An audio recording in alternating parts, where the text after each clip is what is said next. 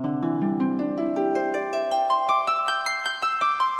up, YouTube? Griever here, and I got, as you can see in the description below, finally, my review of the Doomlands 2169 series Lawbringer.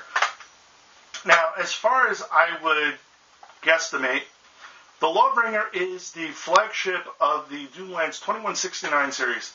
Now, some of you may be asking yourself, hey, what's the Doomlands 2169 series? Well, what that is it's Hasbro's way of making more money, but it's the fifth line now that Hasbro's put out since the N-Strike and N-Force series. Because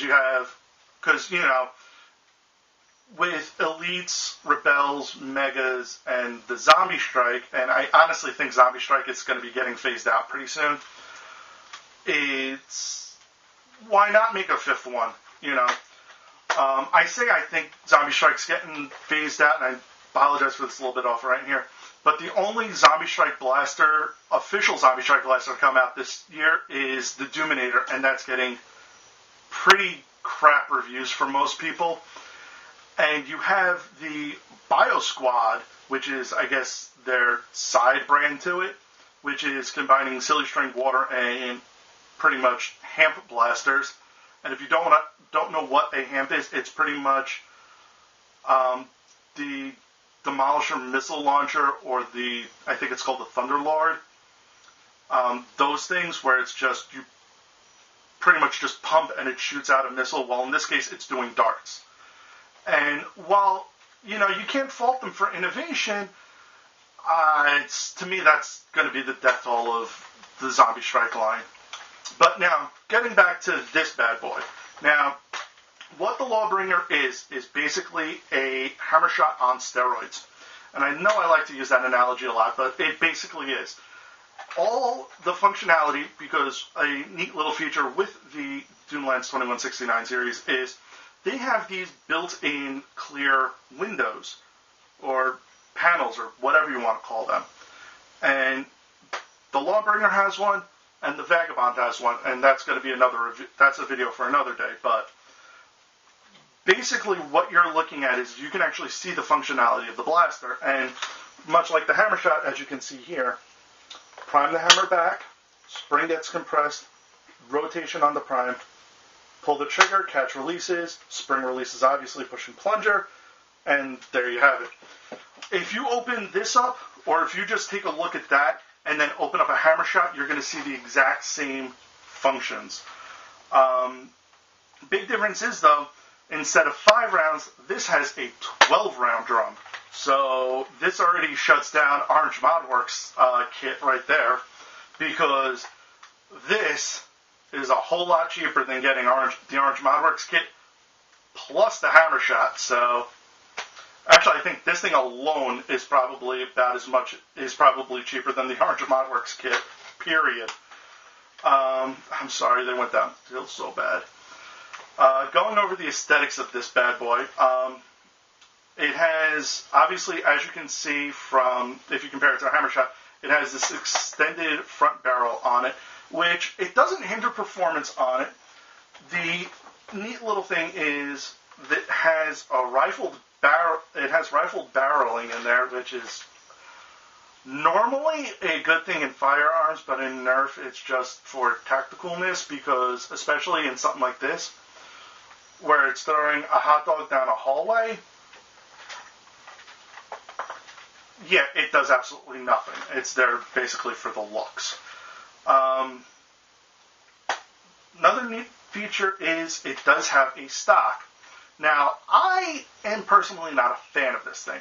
While it doesn't hinder my use of it, the stock is a little short for my taste. Like, if this was a bullpup, maybe it might work, but it's a little short for my taste. It's probably like if you just put a Retaliator stock on the Retaliator. Good thing is, though, with the extended front barrel, though, you do have a front grip for your offhand. In my case, my right hand. In majority, though, probably your left. The stock does have at least one good thing about it, is that it actually holds 12 darts, 6 on one side, 6 on the other, and it really won't interfere with your shouldering. So that's actually a bit of a plus. But to me, it's too short and it's too bulky. If this was detachable, I would have probably, like the Sling Fire or something, or not the Sling Fire, the Sharp Fire. That stupid thing. I mean, that stock sucked, but at least it was removable. If this was a removable stock, I'd probably like it much better because then I could just remove it and be done with it. But because it's not removable, I am going to go over the full internals of this blaster. Yes, I am opening up despite the fact that it does have the window, because one of my goals for this one is going to be a minimization mod. Now, I can probably, for the front part, I don't want to take too much off of it, because I do like the front grip for offhandness, because if you're going to be shooting from the hip, which I have a feeling most people probably would, rather than shouldering it, you kind of want that offhandness. And even if you don't, it's still, the weight isn't going to throw you off if you decide to single-hand this. I may want to take off this tip because, I don't know, I just don't like the way it looks.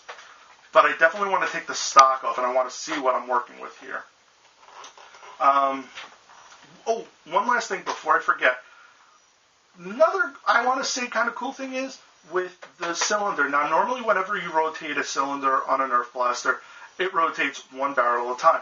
This actually rotates, and you can see here, because I have a couple of darts loaded, it actually rotates 2 cylinders at a time. Now, some of you might be saying, why is that cool?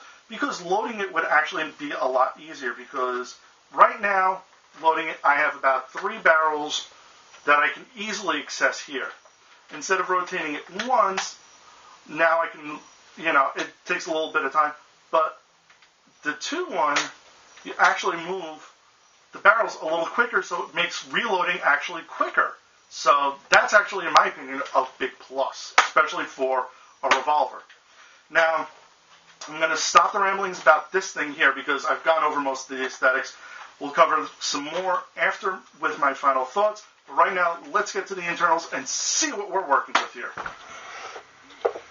Okay, so for sake of time, I've already unscrewed the Lawbringer. On the plus side, since the stock is kind of its own separate piece, you don't have to unscrew it, so it's at least 4 less screws you got to do. Body still has some decent amounts. The little black plate here does actually slide off, so that's actually kind of cool, but just keep that in mind when you are taking this apart.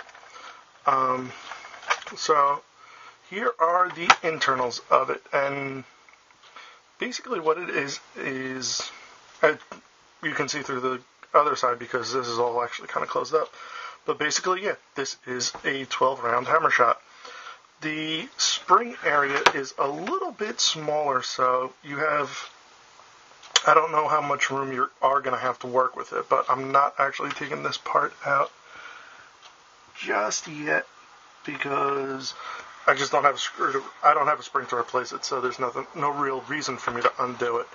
But I did want to show you basically what is on the inside of the shell, because what I am going to be doing to my Lawbringer is at minimum is minimizing it.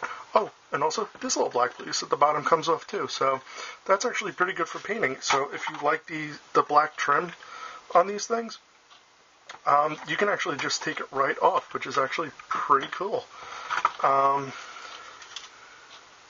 Yeah, and it's like it just like on this piece here, this separates from the clear, and also this black piece here actually separates from the gray. So that's actually pretty damn sweet. But yeah, the reason I am showing you this is just so you can at least see what you're working with, and if you're going to be doing what I'm going to be doing, which is actually going to be minimizing this to just make it a gigantic hand cannon, you know what you have to work with. Like, I'm definitely taking off this muzzle brake because it's kind of useless, but then again, so is the faux barrel. But it's wide enough to where it doesn't really impact rounds, so it's fine. As I mentioned earlier, the back piece is going to be a bit of a pain in the butt because I definitely want to take the stock off because I think it's just, like I said earlier, it's just too bulky for me. I was hoping there would have been something here, but it may look like I'm just going to have to curve it off or maybe just take a something from another shell and try and just fill in the giant gap there. But yeah, that's the internals of the Lawbringer, so I'm going to close this up, give you my final thoughts on it. Okay, so here are my final thoughts on this thing. Well, I got to say I'm a little disappointed in the fact that this stock part is hollow. I was really hoping for at least some kind of a cut point so then I can try and figure something out, but it looks like I'm just going to have to figure it out on my own on how I want to do that.